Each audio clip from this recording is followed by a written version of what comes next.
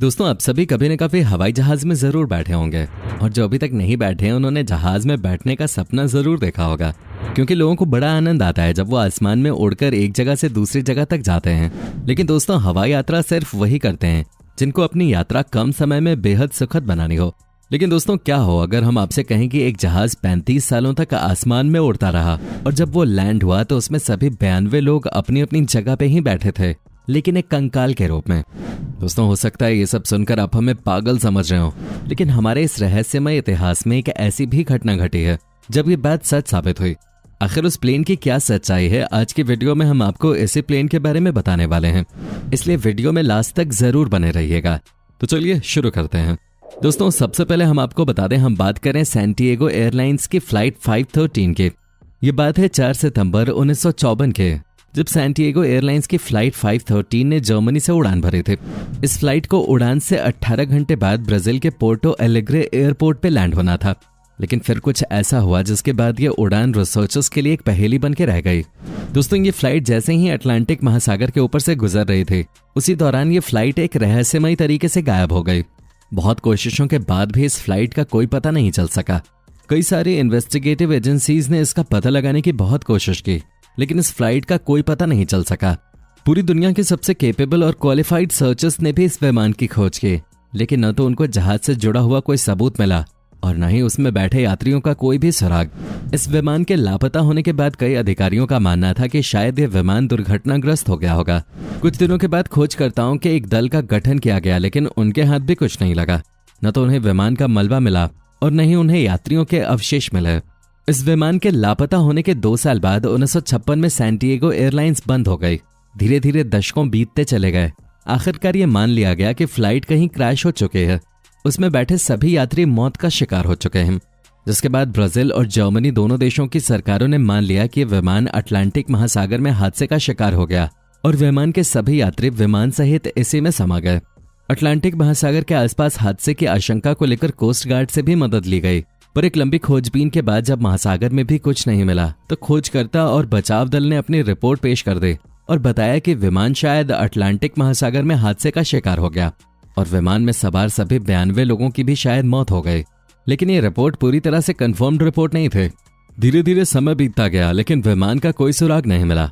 लंबे समय तक खोजकर्ताओं को कोई सफलता या सबूत हासिल नहीं हुआ और आखिरकार बड़ी खोज के बाद भी प्लेन न मिलने पर सभी सर्च ऑपरेशंस को बंद कर दिया गया। लेकिन दोस्तों, ये कहानी यहीं खत्म नहीं होती है। धीरे धीरे करके दशकों बीत चुके थे। लोग इस हादसे को लगभग अब भूल ही चुके थे, लेकिन तभी अचानक एक दिन कुछ ऐसा हुआ कि सभी के होश उड़ गए। दोस्तों, वो दिन था 12 अक्टूबर का। 12 अक्टूबर 1989 को एक फ्लाइट ने ब्राजील के पोर्टो एलेग्रे एयरपोर्ट के चक्कर लगाना शुरू किए। प्लेन में किसी तरह का कोई कम्युनिकेशन नहीं था और ATC यानी एयर ट्रैफिक कंट्रोलर को भी इस प्लेन के बारे में किसी तरह की कोई जानकारी नहीं थी। लेकिन तभी उन्होंने देखा कि अचानक से एक प्लेन रनवे की तरफ आ रही है। दोस्तों, आपको बता दें कि जब भी कोई प्लेन रनवे पर लैंड करती है तो उस प्लेन का पायलट ATC से बात करके ही प्लेन को लैंड करवाता है। लेकिन इस विमान के पायलट ने ATC से विमान को लैंड करने की इजाजत भी नहीं मांगी थी। ATC ने जल्दी से उस रनवे को खाली करा दिया जिस रनवे की ओर से ये विमान आ रहा था। थोड़ी देर में विमान ने रनवे पर लैंड कर दिया और ये सब देखकर एयरपोर्ट के सभी ऑफिसर्स हैरान रह गए कि बिना ATC की इजाजत के कोई अनजान प्लेन कैसे एयरपोर्ट पे लैंड कर गया है। इसके बाद एयरपोर्ट के तमाम कर्मचारी विमान के पास पहुंचे तो उन्होंने देखा कि ये विमान एकदम नया है और विमान का इंजन अभी भी चालू है। एयरपोर्ट के कर्मचारियों की नजर जैसे ही विमान के ऊपर के हिस्से पे पड़ी तो उस पर उसकी एयरलाइंस का नाम लिखा था, जिसको देखकर सभी के होश उड़ गए, क्योंकि ये प्लेन कोई और नहीं बल्कि सैंटिएगो एयरलाइंस का वो प्लेन था जो 35 साल पहले अटलांटिक महासागर के ऊपर से गायब हो गया था। ये देखकर एयरपोर्ट के अधिकारी घबरा गए। दोस्तों, उनके घबराने का कारण था कि ये एयरलाइंस हादसे के 2 साल बाद यानी साल 1956 में बंद कर दी गई थी, तो 1989 में ये प्लेन कैसे लैंड हो गया। दोस्तों, इस प्लेन की किसी तरह की कोई सूचना एयरपोर्ट के अधिकारियों को नहीं थी, लेकिन अचानक इस तरह से आई इस प्लेन को लैंड तो करा लिया गया था। लेकिन प्लेन को लैंड कराने के बाद जब प्लेन से कोई हलचल नहीं हुई तो एयरपोर्ट अथॉरिटी के अधिकारियों को इस फ्लाइट में कुछ गलत होने की आशंका हुई और एयरपोर्ट अथॉरिटी ने पता लगाने के लिए इस फ्लाइट का मेन गेट खोला कि आखिर लैंडिंग के इतनी देर बाद भी इस प्लेन में कोई हलचल क्यों नहीं हो रही है। दोस्तों, जैसे ही इस प्लेन का गेट एयरपोर्ट कर्मचारियों ने खोला, उन सभी के सामने एक ऐसा मंजर दिखा कि वहां खड़े हर एक व्यक्ति के होश उड़ गए। इस प्लेन में इंसान नहीं बल्कि सिर्फ कंकाल सफर कर रहे थे। जी हाँ दोस्तों, 35 साल बाद लैंड हुए इस प्लेन में एक या दो कंकाल नहीं बल्कि पूरे के पूरे 92 कंकाल थे और ये सभी कंकाल उस प्लेन के यात्रियों के थे। ये सब देखकर उस समय वहां खड़े हर एक व्यक्ति का हाल बेहाल हो गया और सभी के रोंगटे खड़े हो गए, क्योंकि उड़ान भरते समय तो सभी यात्री बिल्कुल सही थे, पर इतने सालों के बाद प्लेन लैंड करने पर प्लेन में मौजूद सभी यात्री 35 सालों की यात्रा के दौरान कंकाल में तब्दील हो गए थे और इन यात्रियों की सीट बेल्ट तक बंधे हुए थे।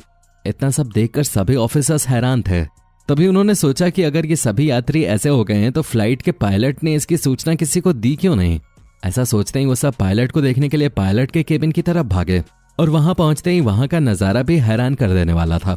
दरअसल इस फ्लाइट के पायलट कैप्टन इवान कॉस्टिन की बॉडी पायलट सीट पर थी और उनका हाथ फ्लाइट के कंट्रोलर पे था और इंजन अभी भी काम कर रहा था। ये सब देख सभी एयरपोर्ट अथॉरिटी के ऑफिसर्स नीचे उतर आए।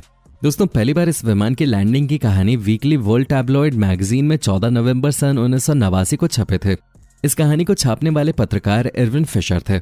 जब इरविन फिशर ने इस कहानी को छापा तो तमाम लोगों ने इसे सच मानने से साफ इनकार कर दिया, क्योंकि ब्राजील सरकार ने इस फ्लाइट के बारे में किसी को कोई जानकारी नहीं दी थी। लेकिन ऐसा माना जाता है कि सरकार ने इस रहस्यमयी विमान की लैंडिंग की कहानी इसलिए किसी को नहीं बताई क्योंकि सरकार को ऐसा लगता था कि अगर ये बात लोगों तक पहुंची तो लोग डर जाएंगे और प्लेन में सफर करने वाले लोगों की तादाद बहुत कम हो जाएगी। इसलिए सरकार ने इसे छुपाने की बहुत कोशिश की। लेकिन आखिरकार ये खबर कई अखबारों की सुर्खियां बनी और लोगों को इस घटना के बारे में पता चला। दोस्तों, जैसे ही ये घटना वर्ल्ड वीकली टैब्लॉइड मैगजीन में छपे तो देखते ही देखते ये खबर पूरी दुनिया में आग की तरह फैल गई। दोस्तों, ऐसी कई घटनाएं आज भी इतिहास में दर्ज हैं जिनके बारे में पता लगाने के लिए वैज्ञानिक आज भी जुटे हुए हैं और ऐसी एक घटना है पैन अमेरिकन फ्लाइट 914 की। दोस्तों, 2 जुलाई 1955 को पैन अमेरिकन की फ्लाइट 914 ने अपने निर्धारित समय पर न्यूयॉर्क से फ्लोरिडा के लिए उड़ान भरी, जिसको फ्लोरिडा के मायामी इंटरनेशनल एयरपोर्ट पर लैंड होना था। इस दौरान इस फ्लाइट में 57 लोग सवार थे। सब बिल्कुल ठीक था, लेकिन फ्लाइट में मौजूद लोगों में से किसी ने भी ये नहीं सोचा था कि उनका ये सफर 37 साल लंबा होने वाला था। प्लेन ने न्यूयॉर्क से एक सफल उड़ान भरे, लेकिन ये प्लेन अपने निर्धारित समय पर फ्लोरिडा नहीं पहुंचा। इसके बारे में काफी खोजबीन की गई, लेकिन फिर भी ये विमान नहीं मिला और न ही इसका कोई सबूत मिला। धीरे धीरे समय बीतता गया और लोग इस फ्लाइट को भूल चुके थे और अब इस हादसे को 37 साल बीतने वाले थे। लेकिन तभी एक दिन सभी लोग उस वक्त सोच में पड़ गए जब 1955 में गायब हुआ विमान 37 साल बाद पैरातोस वेनेजुएला एयरपोर्ट पे लैंड हुआ। एयर ट्रैफिक कंट्रोल और फ्लाइट 914 के पायलट के बीच लगातार बातचीत चल रहे थे। इस दौरान पायलट ने बताया कि उन्होंने 2 जुलाई 1955 को न्यूयॉर्क से उड़ान भरे थे। इस बात को सुनकर ट्रैफिक कंट्रोल रूम में सन्नाटा छा गया, क्योंकि पायलट द्वारा बताया गया समय 37 साल पुराना था। फ्लाइट के लैंड करते ही एयर ट्रैफिक कंट्रोलर ने पायलट से कहा कि क्या आप ये जानते हैं कि ये साल 1992 है। और ये सुनने के कुछ समय बाद इस विमान के पायलट ने एक बार फिर उड़ान भरे और कुछ देर बाद ये विमान आसमान में फिर लापता हो गया, जिसके बाद से दोबारा इस विमान का कोई पता नहीं चल पाया। इस लापता विमान की खोज के लिए आज भी कई तरह की कोशिशें की जा रही हैं। वेनेजुएला और अमेरिका दोनों ही देश की सरकारें इस विषय में कुछ नहीं कहते हैं। दोस्तों, ये कहानी वर्षों से इंटरनेट पे घूमती रहे और इसके बारे में काफी दिनों तक बहुत चर्चा होती रहे। इसके बारे में सोचने वाली बात यह थी कि सन 1955 में मायामी में लैंड करने के बजाय ये फ्लाइट 37 साल बाद वेनेजुएला में कैसे पहुंचे। दोस्तों, सच में हमारे इस इतिहास में बहुत सी ऐसी घटनाएं आज भी एक रहस्य बनी हुई हैं जिनके बारे में हम नहीं जानते।